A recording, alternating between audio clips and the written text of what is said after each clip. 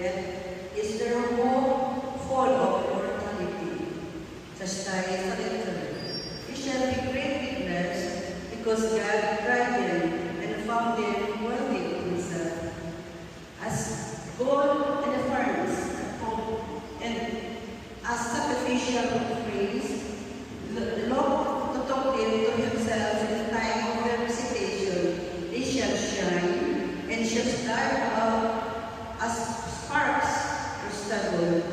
They shall judge nations and rule over peoples, and the Lord shall be their king forever.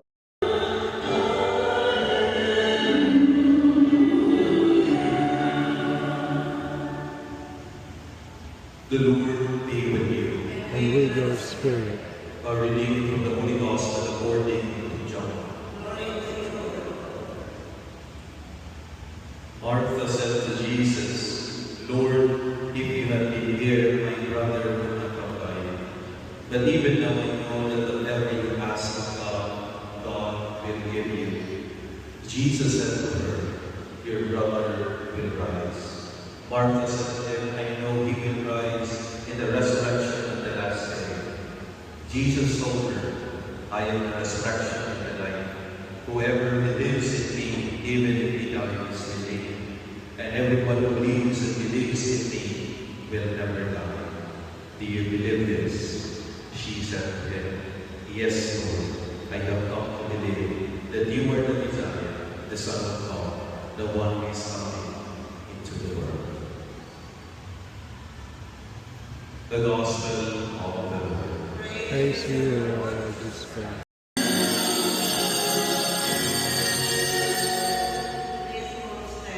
At the Savior's command, and formed with divine teaching, we dare to see.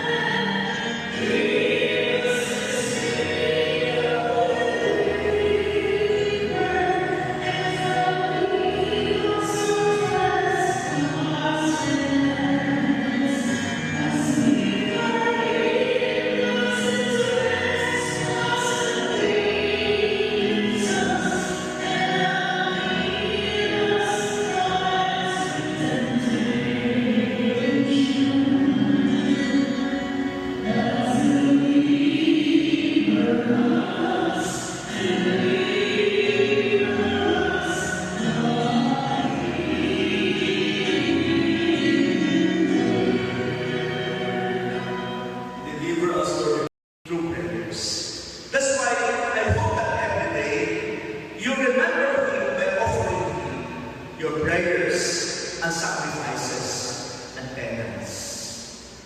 Number 2, you can also give him gifts by continuously loving one another, by remembering his advices, and above all, the intentions always of our parents. Their very objective and their very purpose is to see their children united, loving, and serving one another.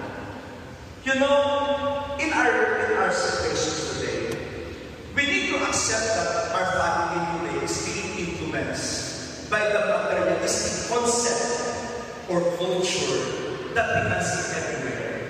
That's why we can see people that, family members, that sometimes they are no longer connected with one another. Just for example, I know of some siblings. When one time I met two of them to celebrate every day. She cannot bear to think that maybe one day her son would die. That's why she was asking for a and she was asking me to pray for the family. Actually, when we were chatting, I was telling her that pain and this experience of sickness is really part of our life. Because we know that our life here on earth is not something that is permanent. Everything is only temporary. And I was sharing with him that the only thing that we can do is to entrust everything to the hands of God. We do not know what is God's will for us. We do not know the mystery of God's mercy and love for us. Sometimes, even though we cannot understand our experiences of loss, of sickness and pain, the only thing that we can do sometimes is to have faith and to entrust everything to the Lord. You know, my dear brothers and sisters, I would like to share with you my personal experience. I also lost my father way back I was like 5 months. Though I am a priest, I have really to acknowledge that it is very difficult for me to face the reality of death that is nagging to our family. Though, sometimes as a priest, I give consolation to others.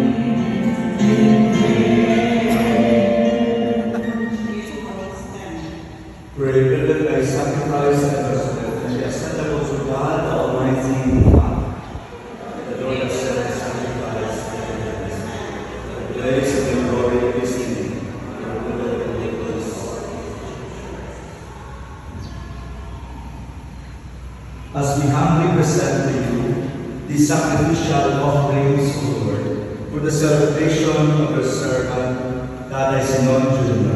We beseech your mercy that he, who did not doubt your Son, to be the loving Savior, may find in him a merciful Christ, who lives and reigns forever and ever. The Lord be with you. Lift up your hearts. Let us give thanks to the Lord our God. It is truly right and just, our duty and our salvation, always and everywhere, to give you thanks. Lord, Holy Father, Almighty and Eternal God, through Christ our Lord. For as one alone he accepted death, so that we might all escape from dying. As one man he chose to die, so that in your sight we all might be forever. And so, in company with the choirs of angels, we praise you and with joy we proclaim.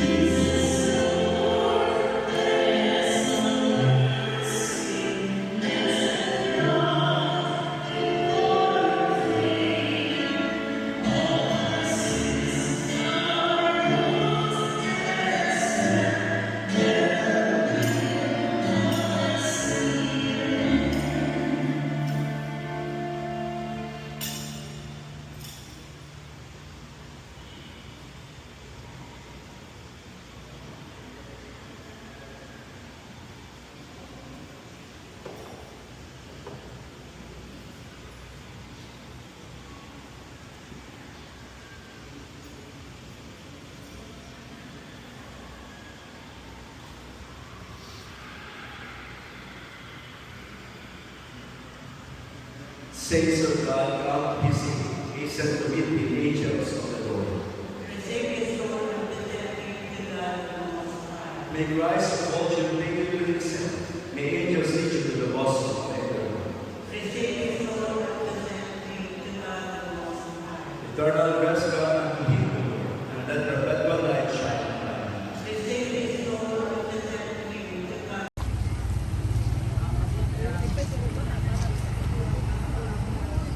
Kay heavy duty, manaan ti mo fan. Oo, tatlong araw ko.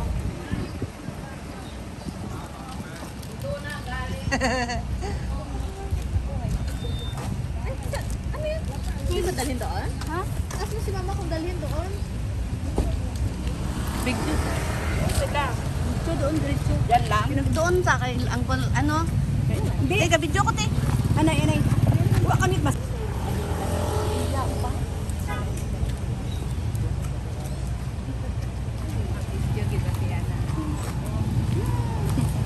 Hello, ante. Mayor, kita masakay rin. May wakal sa katuloy.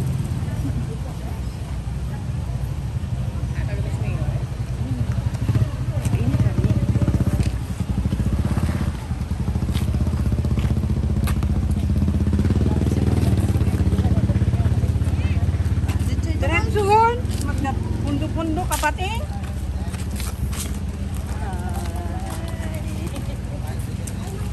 Hi. Pen.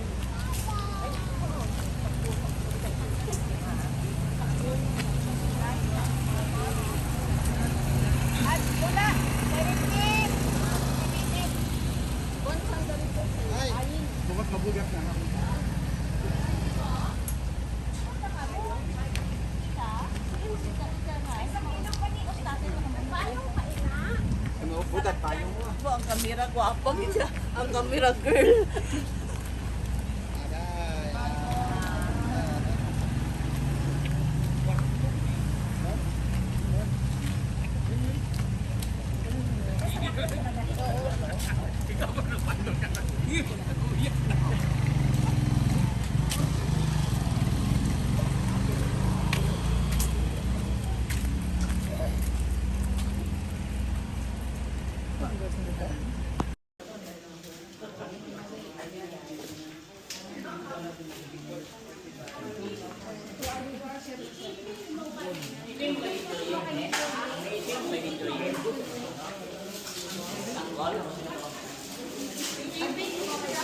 Ah, di ka na kapag mo.